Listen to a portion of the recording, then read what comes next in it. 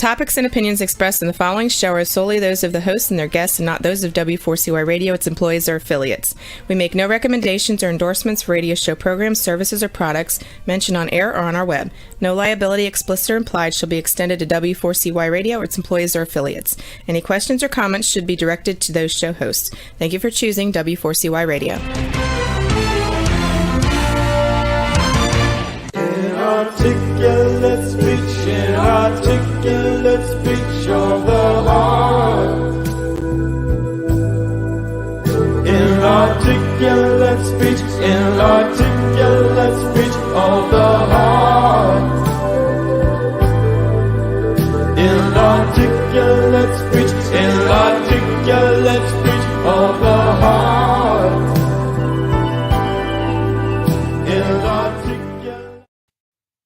Hello and welcome to It's Your Voice. My name is Bahia Yaxan. I am a core alignment coach, an emotional wisdom training specialist, and a diversity educator. I am so honored to be able to host weekly conversations in diversity. And sometimes I turn the focus on sustainability and climate resilience. They're so connected. And I'm always grateful for the people who show up with different backgrounds, from different perspectives, and just add to my awareness. And I hope my listeners and our viewers are enjoying these conversations as much as I am. I find them incredibly helpful to share and recycle and generate good ideas. So today I am happy to have two science teachers, middle school science teachers, who I invited to be on the show because I have been able to observe them in classes, and I have children who've gone through the school system where they work. And I'm really, really impressed with not only how they teach, but how they pivot when something's going on. And we all know that we are like close to the second year post the emergence of the pandemic.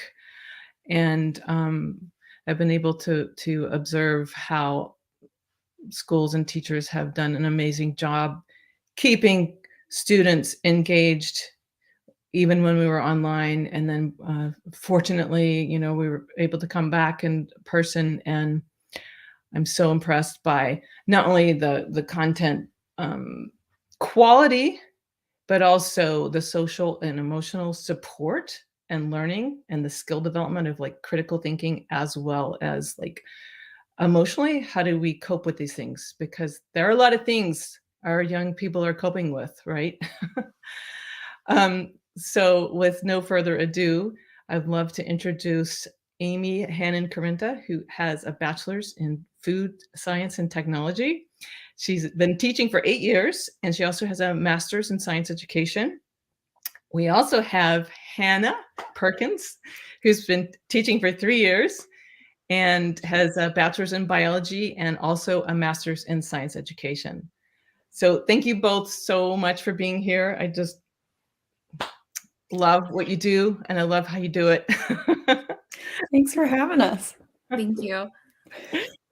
You're welcome. And I know how when I was in middle school was quite a bit of time before you two were in middle school. But I thought it'd be interesting. Well, first of all, speaking of that, and I am so happy to see women science teachers.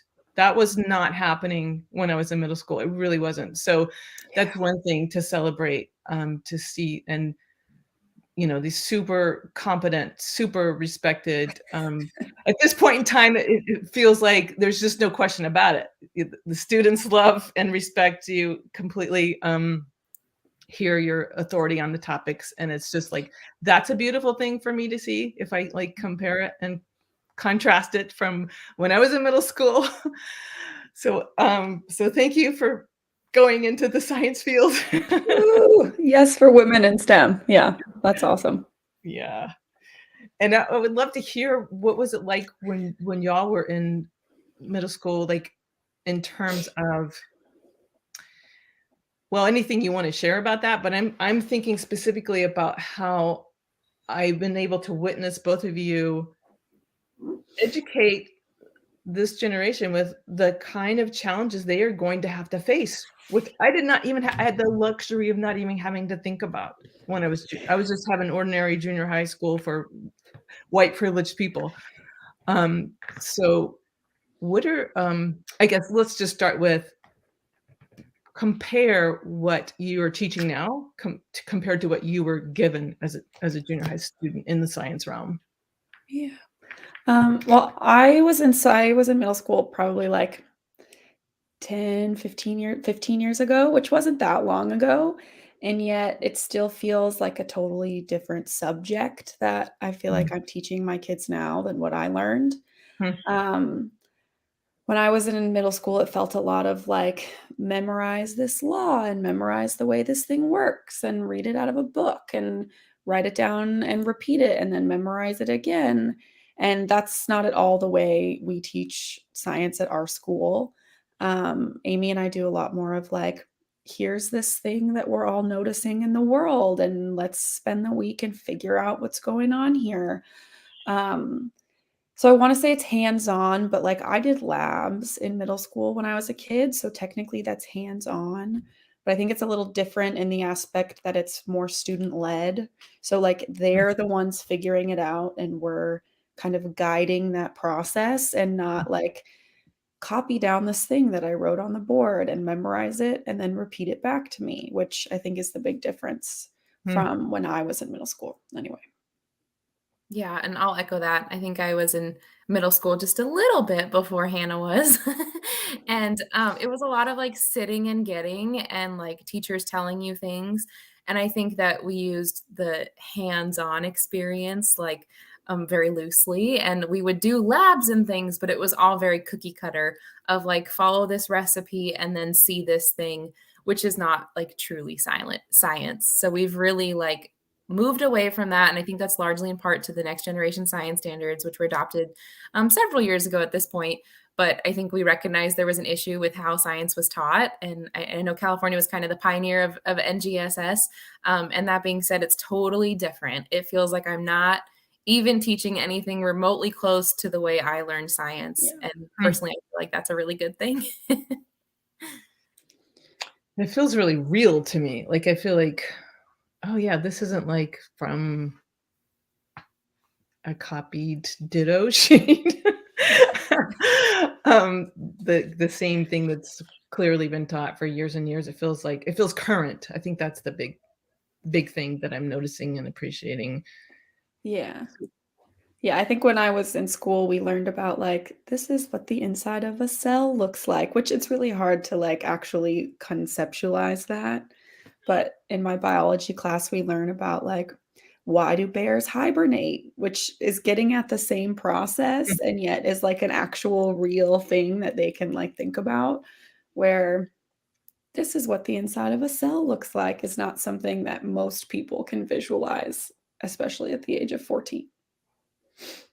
Yeah, and to add on to that, I feel like it's important to note that, like, when all of us went through middle school, even though a little farther apart for some of us, but it was like there was nothing else competing for our attention. Like, we didn't grow up with Yeah. cell phones in our backpacks, and I mean, I remember not having internet at home, so, like, the education system wasn't, like, constantly fighting for my attention, whereas our students today, they're bombarded with information and their attention's being pulled in so many directions. So we do have to make it more relevant. And I think that's actually been a really good side effect of all the technology that our students are exposed to, because as teachers, we've been forced to adapt. And I think that's really been a good thing, even though it's hard and challenging. Hmm. Yeah.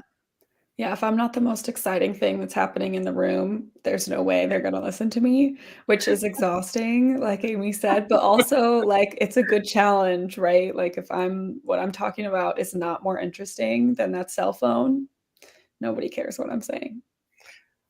Well, that is a tall order. It really, really is. So I'm thinking of I'm more familiar with the seventh grade content than the ninth grade content at the moment. Um, so maybe we'll start with Amy on this one, and then Hannah, please add what you relate to in terms of what you're teaching the ninth graders. What Like, I mean, what I'm thinking about is how, like, when you were teaching about, like, natural disasters, the whole natural disaster lesson, and then, like, somewhere in the middle of it, we had an enormous, huge, real natural disaster. Can you just talk about that? 'Cause that did not happen, with this with the climate change sort of kinda rapidly changing. Um, there are things I feel like you're teaching them to cope with, like, that was so relevant, and you even talked about it in class, and I just feel like they're developing a mindset where they're like, "Oh, okay, like, we gotta know what to do about that." Not like, "Oh, that we gotta leave it to the adults," or there's experts who do that kind of first response, like, you're and h anyway, let me be quiet and listen to your response to that.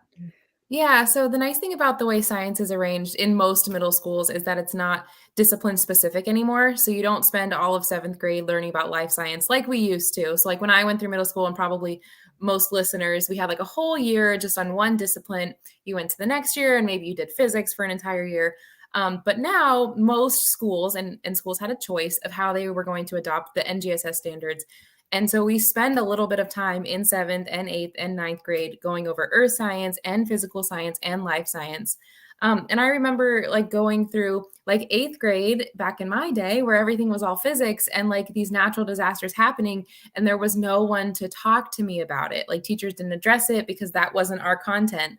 And I remember when I first started teaching, when I did my student teaching 9 years ago, there was like a natural event that happened. And I was like, so excited to bring it into the classroom and like talk to students about it. And they wanted to talk about it. And then the next year, like several natural events happened. And then the next year it was even more. So it's a little daunting, like just seeing just in my short career, how many more natural hazards are happening. You don't have to look far to find like a devastating earthquake or a flood or a landslide or fires. Any of that is like literally at our doorstep, which is like a little daunting, but it does make it more relevant and more pressing when I don't have to pull newspaper articles from, 10 years ago in a city they've never heard of when it's actually happening right here.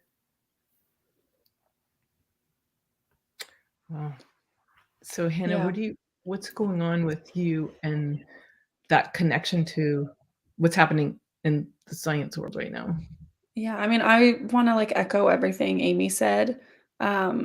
My ninth graders do a human impact project throughout the whole year, where at Mm, the end of every unit, we come back and look at like how what we learned, like how humans are impacting the system that we are learning about. So fantastic. when we were learning about how the atmosphere formed, we at the end got to go back and be like, oh, look, we just had all those crazy wildfires in California last week. Look how relevant it is. And like Amy said, I didn't have to go 2 years ago and pull up articles. I was like, literally type fires into Google and the article shows up from yesterday. Sad. So, yeah, I think it's super relevant. It's super sad, but like Amy said, it's so relevant and just the interdisciplinary part that Amy's talking about, I think makes it even more like relevant. Maybe on a happier note, since we're all interdisciplinary, there's a space unit that we do in eighth grade, and we talk about space in ninth grade a little bit. And so last year, when they were landing that new rover on Mars, all of my classes that day, we just like stopped curriculum and we watched the Mars rover landing all day and like made popcorn because it was over Zoom. So we were all in our own houses. And it was so cool that we were like, had just talked about space or were in the middle of a space unit and they were landing this rover on Mars and we were like cheering as a whole class. And so that's a bit of like a happier, relevant Yes. um, a current event, right? That like we have all this new crazy science technology, which we can talk about in a more Yes. relevant, like you just wrote a project about a colony on Mars and they landed a rover on Mars today, meaning when you're an adult, this could be a thing you actually do, which, yeah, makes it really relevant.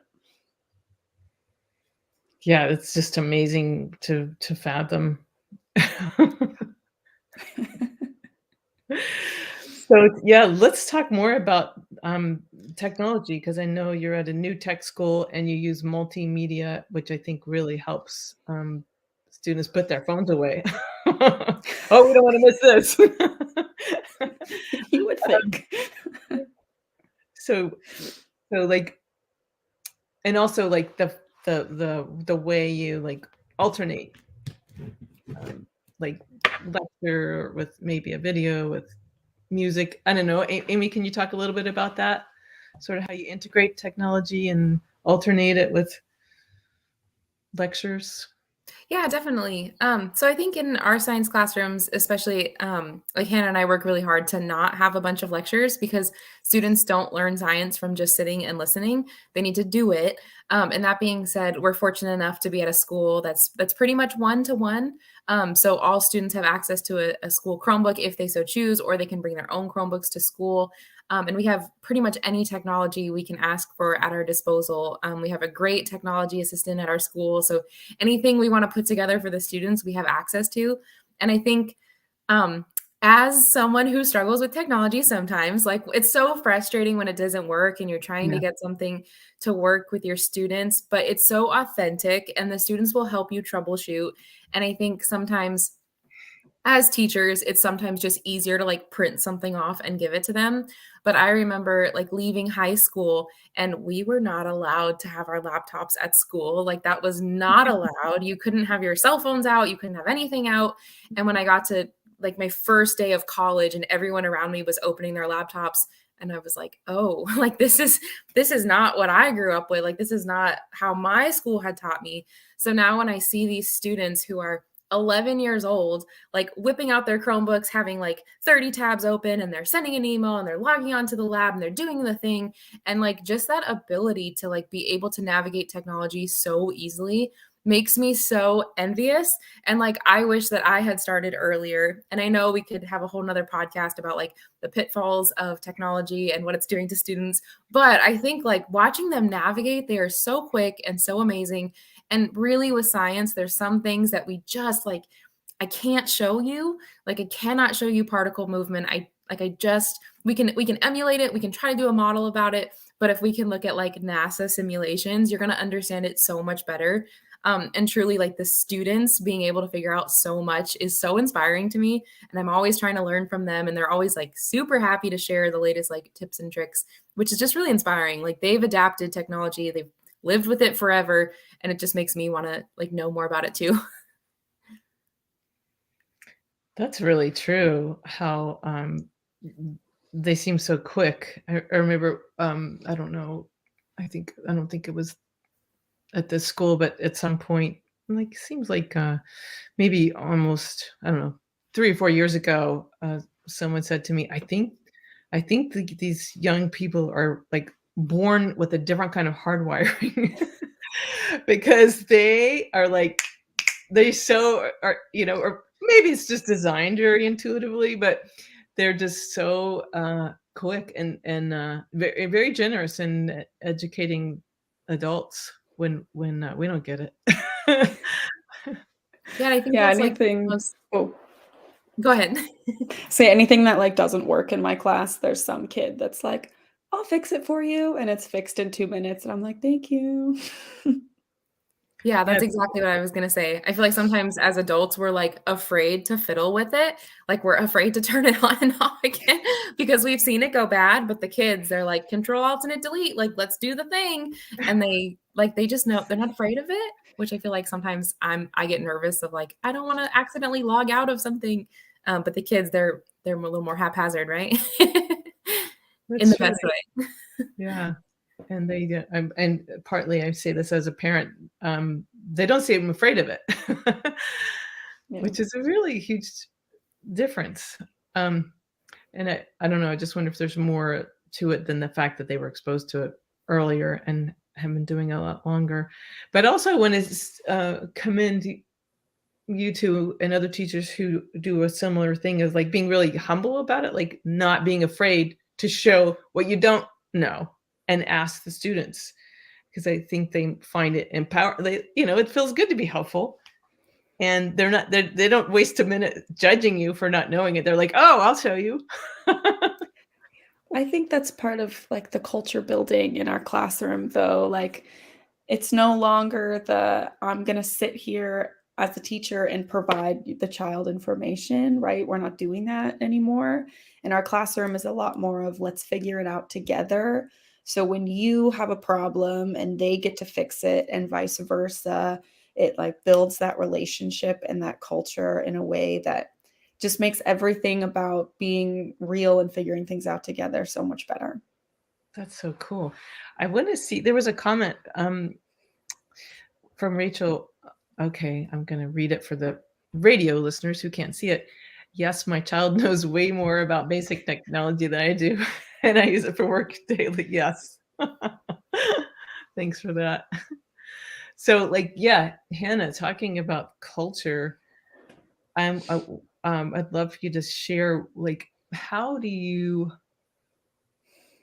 like, in building that culture, how do you support students who do get nervous about what's happening outside of the classroom in the world? Because it is tough times. I mean, I have 2 young adults that I'm raising, and sometimes I look at them, like, I see them, like, one's figuring out coding and one's kind of more like sociology kind of mind, and working on an assignment, they're trying to figure out a problem, and I sit there going, "Oh my gosh, I think I would have been totally overwhelmed if I had to do that in 10th grade or even as a senior." So do you see that, like, in the ninth graders, or is it Oh, yeah. subtle? Like, what No, is I think there's so much overwhelm, especially as they enter ninth grade in high school. I think there not only is there a lot going on in the world, but they're so much more overexposed to it than we Mm, ever were or any generation previous.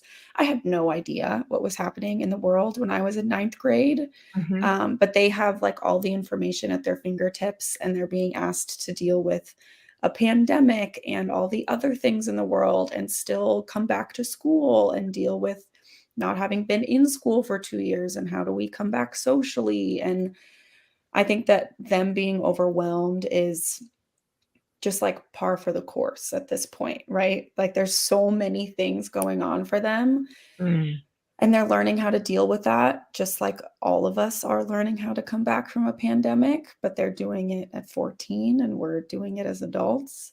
mm, And I think building that like the culture is something that really helps them deal with that. When mm, we sit down and they know that they have someone like a trusted adult that they can come just have a meltdown to in the afternoon or mm, talk to about something that's going wrong. And then on the flip side of that, talk to about like the really good things in their life. mm, It just makes it better. And I think that goes for all people, right? If you have people to share your highs and lows with, it makes both the highs better and the lows not as bad. And so when we build culture in our classrooms, that's the whole point is that I want to be there to support the kids through the bad and cheer the kids on in the good and let them know that they have somebody in their corner no matter what. wow. And before asking the same question, I'm just like reflecting on what you just said, and because I feel like I've been able to have a moment of seeing that you can do that, even with like the entire classroom. Like, I think you build such a Yeah. strong culture that a student can feel safe enough to reveal the vulnerability, even in front of the whole class, and talk to you about it. And it's amazing because they feel safe enough, and the other students aren't judging them. They're probably like identifying and Yeah, definitely. I think most of the time when a student's just having a really rough go, everyone's like, yeah, we were there yesterday. We totally get that. And it just like, I think all of us have our goods and bad days right now. I was Mhm, talking to one of my kids yesterday. She was having a bad day and she just was like, I have really, really high highs and great days and really, really low lows and really bad days. mm, And I was like, yeah, same. Like, same with everybody. That's just kind of where we're at right now. And I think that when we build that culture, not just between me and a student, but between the whole class, and one kid is like, I'm having a bad day, and everyone is like, we still love you, it's okay, it makes it better. Thank you. And Amy, that just the word empathy comes to my mind, like building empathy and empathic skills. Can you Yeah. share a story or share an insight about that? Yeah, definitely. To put it simply, I think all the rules we had are out the window. Like I don't know, I feel like my teaching career has been relatively short. I've only been in the classroom for 8 years, and there are some rules that I used to have that I just look back on and absolutely cringe. Like a no-name basket. I mean, like the idea that we would take credit off for late work or because a student didn't put their name on their work or any of those things. Um, Mm. all of these kids are living through a pandemic, and none of us had to do that. Like at any time, even in our adult life, there's sometimes I just sit down and like want to cry because it's all so hard. And I feel like this, as we approach 1 million COVID deaths in our country, I think that it's so hard not to feel just like remarkably depressed and overwhelmed by the situation. But at the same time, I feel like that sense of collective loss, like we all know someone who's lost someone or we've lost someone ourselves. Yeah. And I think that it's just taken education. Hopefully, I know that we can say so for our classrooms, but it's just like turn things on their head. And I remember I used to be like very vigilant about certain things that now I look back and I just like, I wish I could go back and fix it for all those hundreds of students. But I remember like I didn't accept late work. I remember like I used to be really harsh about being on class on time. I remember like being really, really, really strict with cell phones. And now, like, as these students are reentering the classroom, like, we have to welcome them with open arms or they're not going to want to be here. Yeah. And students don't learn from people they don't like. And we have to encourage them, like, there is still hope. And all of this has been really, really awful, but we're still here for you and we can get through this together. And like Hannah mentioned, like, growing up, and I hope this doesn't sound bad, but like I never felt like my teachers were human. Like I always felt like they were like this like super composed thing that like walked into the classroom and like dispersed their knowledge, like these godly things. And I remember holding my teachers to like this pedestal of like, wow, they have everything together all the time. And if I ever heard my teacher say like, I'm having a really bad day right now, that would have been like shocking to me. And I feel like sharing with our students, like, hey, this news from Ukraine, like, this is really upsetting. I'm feeling upset. Let's talk about it. I feel like admitting what this situation feels like just creates this sense of like, we are all in this together. We're all on the same level. There's not that hierarchy. And students thrive in those kind of environments. They really do. They like that their feelings are appreciated and recognized and like reciprocated. Wow. Thank you. And it does seem like my kids are older than I was at that time. Like they rise to the occasion. They rise to, if you're seeing them as like, intelligent people with valid opinions, and you want to know what they are, and you're checking to see, what they've learned, for instance. And you're like, so it just acknowledge their thinking and their efforts, what a difference it makes. And feeling like, yes, like your teacher's got your back. And I agree, like to have teachers who are not on a pedestal. Yeah, that makes you that makes you tense as a student. Like, oh, I'll never be as good as that person. Yeah. I think a lot like when we were kids, it was our teachers provided us information. And then if we passed, great. And if we didn't, whatever, like it was out of their hands. And in our school now, it's a lot more like, let's do this together. And if you pass, that's awesome. And if you don't pass, we'll try it again later and I will help you get there. And we both missed the mark, right? It's not just like, you didn't listen to me. It's, I must not have provided enough help for you. And we need to fix this together so you can get caught up, which is a big shift in the last few years. That really is, because you're showing growth mindset. Exactly. Like you're modeling that you two are growing. And I think there's a question about hands-on project. Okay, there you go. What kinds of hands-on projects do you incorporate? I remember caring for a gecko in my early mid-school days. So do you guys want to share about that? Amy and I do both have pets in our classroom now. Amy has a fish, and I have a snake. We don't do a lot of how do you care for the pet projects. The project she and I both just finished teaching in our 8th grade is a balloon-powered car project where they build balloon-powered cars from scratch while learning about Newton's, like, laws of motion. Um, which is a really fun one. And the kids, it's like engineering design. And that's like a build it project, but we do a lot of other types of projects.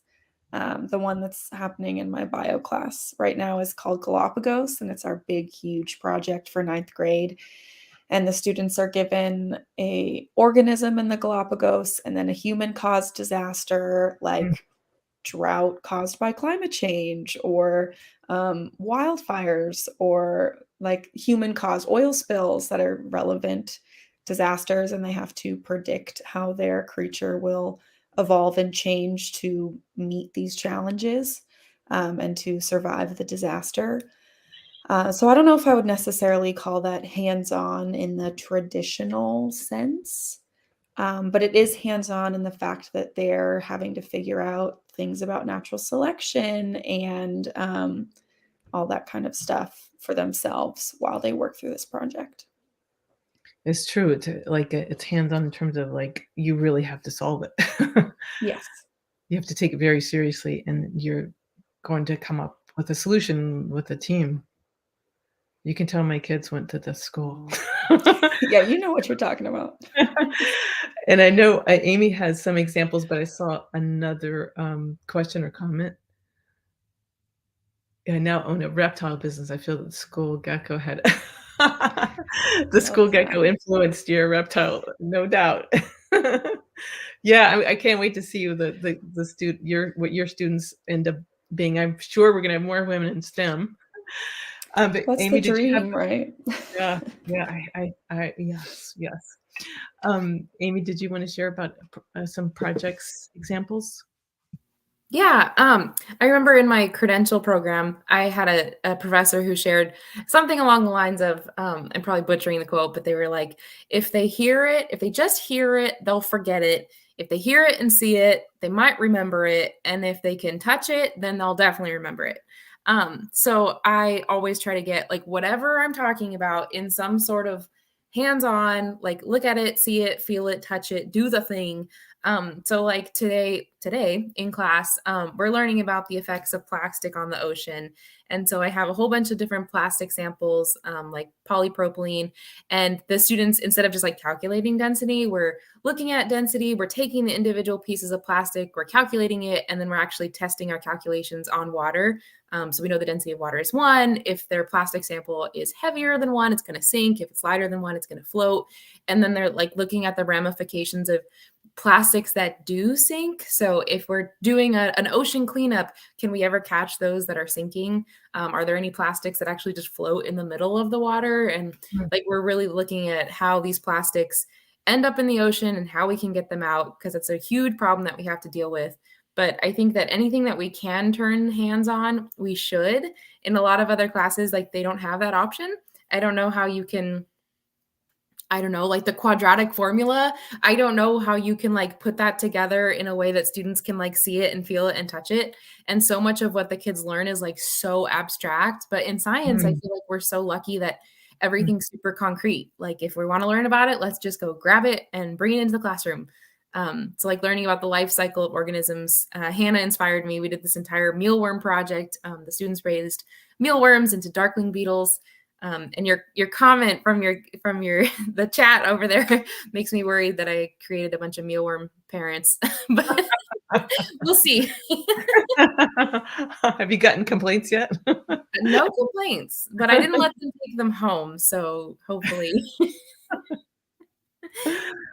Wow. Well, before we talk more about like um your emphasis on what students can do about it, or like the solution oriented teaching, appreciate you that you brought up Ukraine and the what we're witnessing and how painful and powerful it is, and knowing it has happened in other countries was always ongoing somewhere.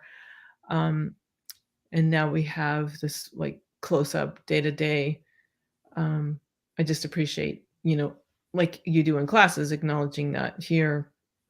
And it I wanted to ask you guys about, given how much the pandemic surfaced inequities, and whether it was in education, clearly the educational gaps, and educational like gaps in opportunity, as well as gaps in um, accessible knowledge for people from different backgrounds, and then of course the criminal justice inequities, but also the environmental inequities, environmental racism, and who, redlining, what groups of people have are based near uh, potential disastrous areas with, toxic waste, lead poisoning in the water.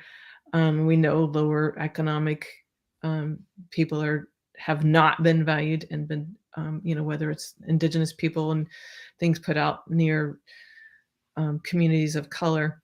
So I wondered if I do know in I'm just like I'm just thinking about in Amy's classroom, you have about 500,000 posters about inclusion and inclusivity and belonging.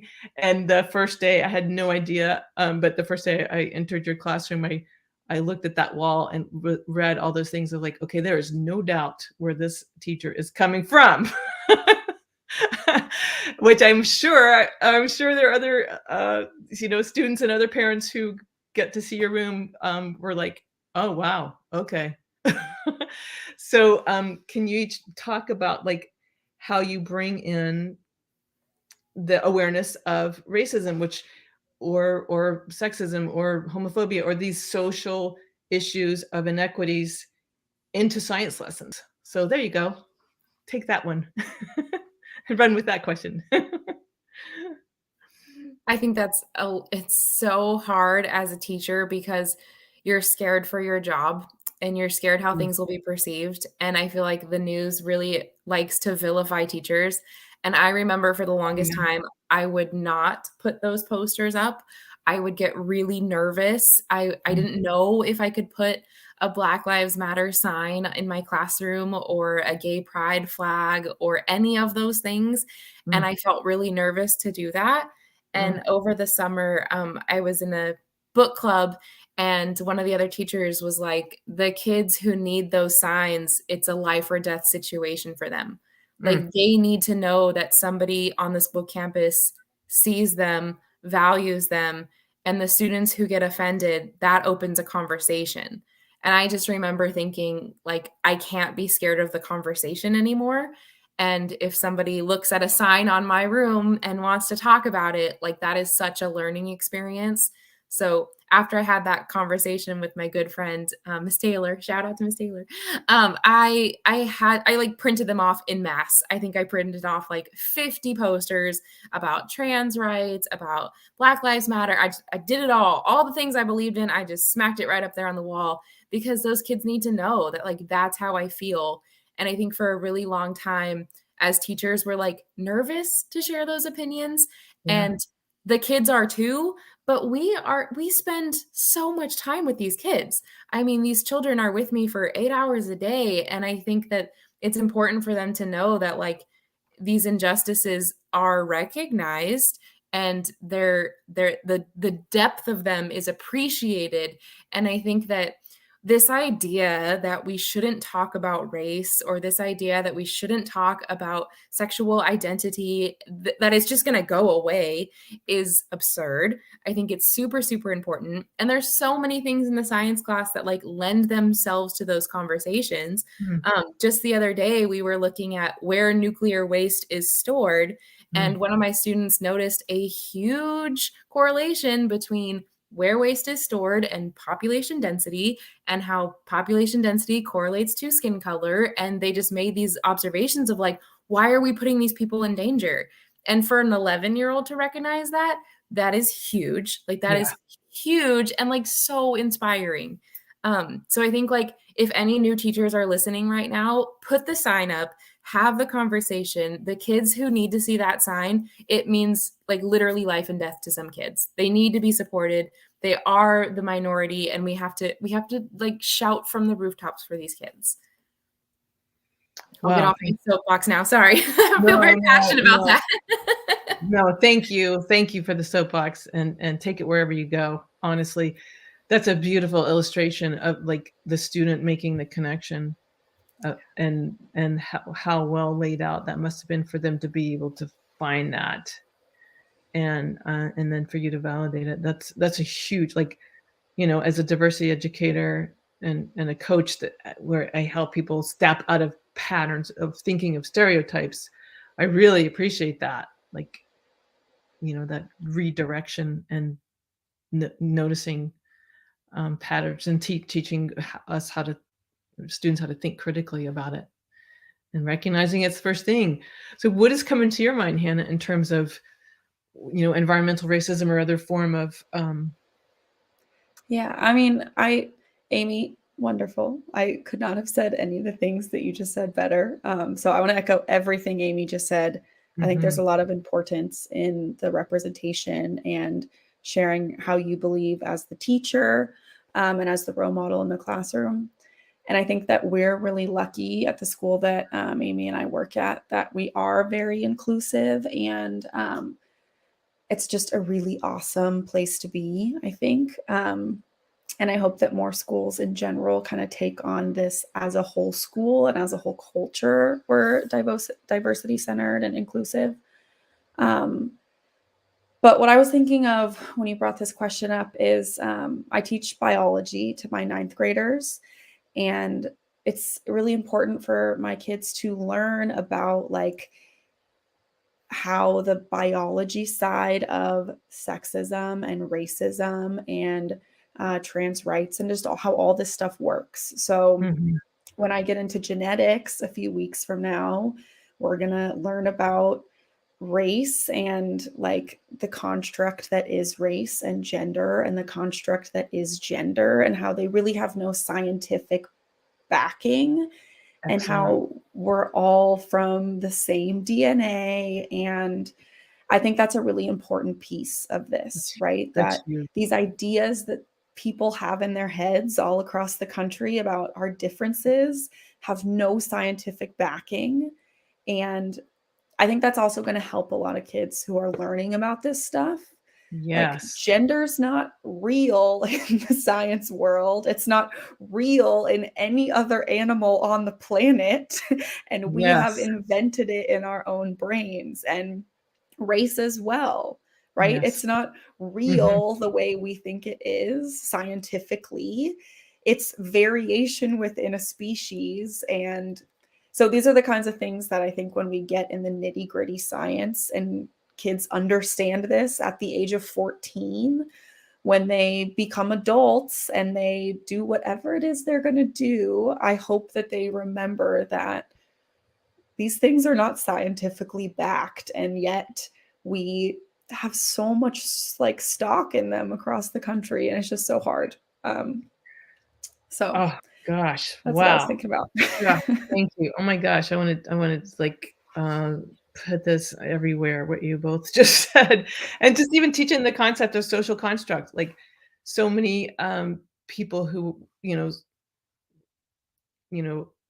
who are older and had years and years and layers and layers and layers of conditioning, sometimes it's harder to access the concept of like social construct, And to be teaching it at this age is like, it's going to help everybody in their lives. Not only Oh, help yeah. them be more relaxed and more understanding of human beings and variation, and how stimulating and wonderful and beautiful it is, and appreciate it, but also everyone around them is going to feel the acceptance and the knowledge that there's no scientific backing. It's just Yeah. Well, them being able to understand the science now before they move forward and start thinking that they need to do their own research. They're going to have the skills to actually do that kind of thing yeah. because they have the knowledge behind it, which just sets them up for being more empathetic and just being better humans moving forward. And it's really important for the kids to have these like basic skills first and Ah, basic understandings.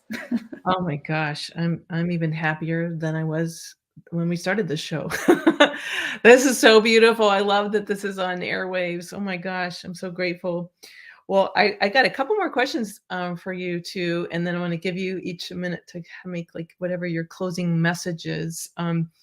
So, and then I'll say my goodbyes to the show for this evening. So the couple high school students, one of them asked me, as a science teacher, how do you give hope to the students?